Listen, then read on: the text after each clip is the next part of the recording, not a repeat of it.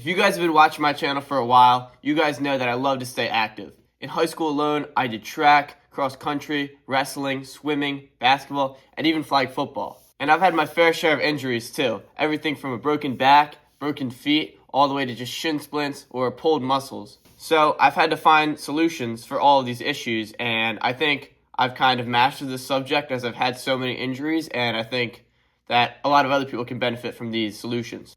So these tips are preventative, so they're steps to take before you actually get injured. In the future, I can make another video on how to recover from injuries faster, how to heal up, and stuff like that if you'd like that. So let me know in the comments. Number 1, ice baths. So these have become very popular lately, and I've actually set one up in my garage with my dad, and it's done wonders for me so far. Throughout my early track career, I suffered through all sorts of little nicky-nacky injuries, such as muscle pulls, muscle strains, and shin splints. Although these seemed like little issues, they would end up destroying my track season and just stopping my progress altogether. My dad told me about something he saw online, which were ice baths that people were doing to reduce inflammation and heal injuries and recover faster. So we got one in our garage. Before I got the ice baths, I had never finished a track season. I had done a full track season.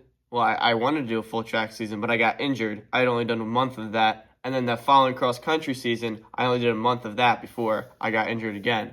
So I was kind of like the guy that could never just get through a running season, which sucked. So I needed a solution. And the ice bath, I started doing that in the winter season, my winter track season. And I was actually ready to race all of the races and get injured none. The ice bath works as an ice pack for the whole body. It constricts blood vessels, which reduces inflammation and swelling. And a little tip that I've learned is that it doesn't really have to be that cold. I took an ice bath today, and it was only 47 degrees. That's a typical ice bath temperature for me, as I don't live in an area that's super cold. Here in New Jersey, it gets cold, but it's not like the Arctic or anything, and it's in the garage, and we just can't get it cold enough without an actual machine to make it colder, which would be very expensive.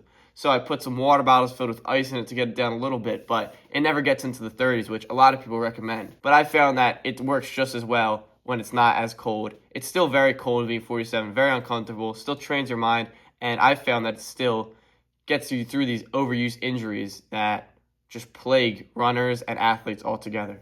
Tip number 2, strengthening exercises. In order to prevent the body from breaking in all sorts of ways, you need to make it stronger.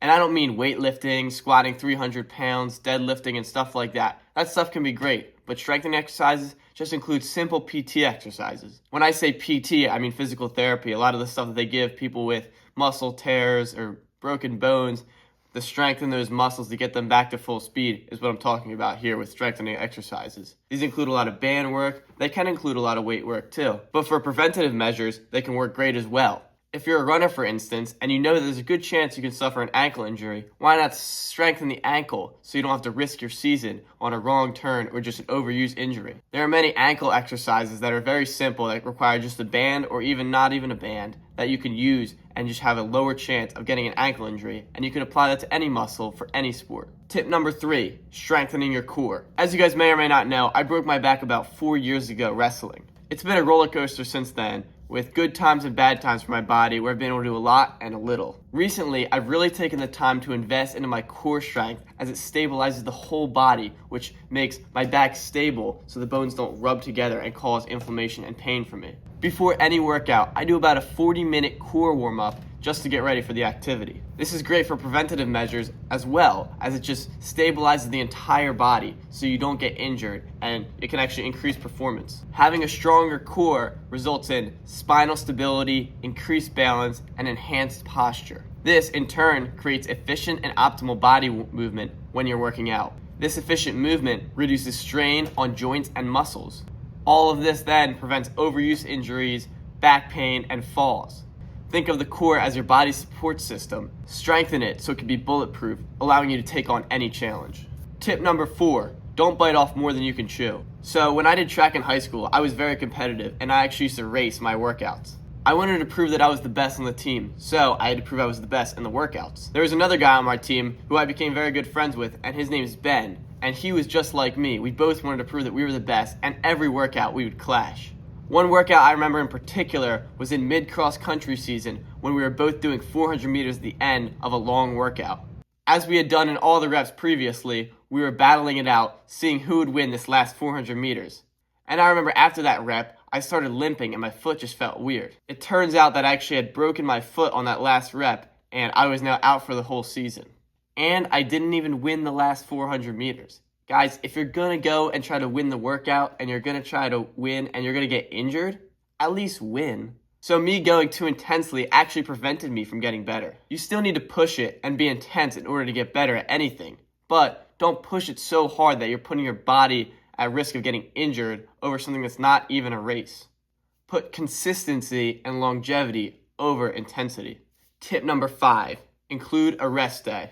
If you're like me, you hate rest days. You always want to go out there, exercise, and compete. We hate sitting still. It's so painful to not be doing anything. So I understand. However, I would say that one rest day a week is necessary to prevent injuries in sports. On this rest day, you could still walk, you could still have a catch with your friends, you could still play football with your friends, you could still go ride a bike, but you shouldn't be doing anything intense. I always do my rest day on Sunday. In the week, I run, I work out, usually both on the same day, all 6 days.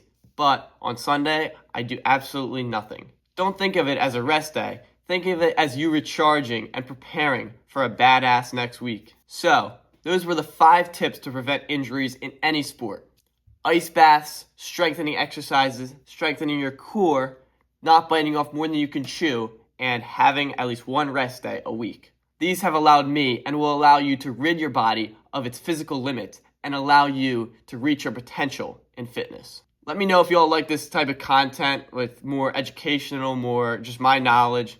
Let me know in the comments, and also let me know if you would like to see a video similar to this, but about recovering from injuries. Thank you guys for watching. Till next time.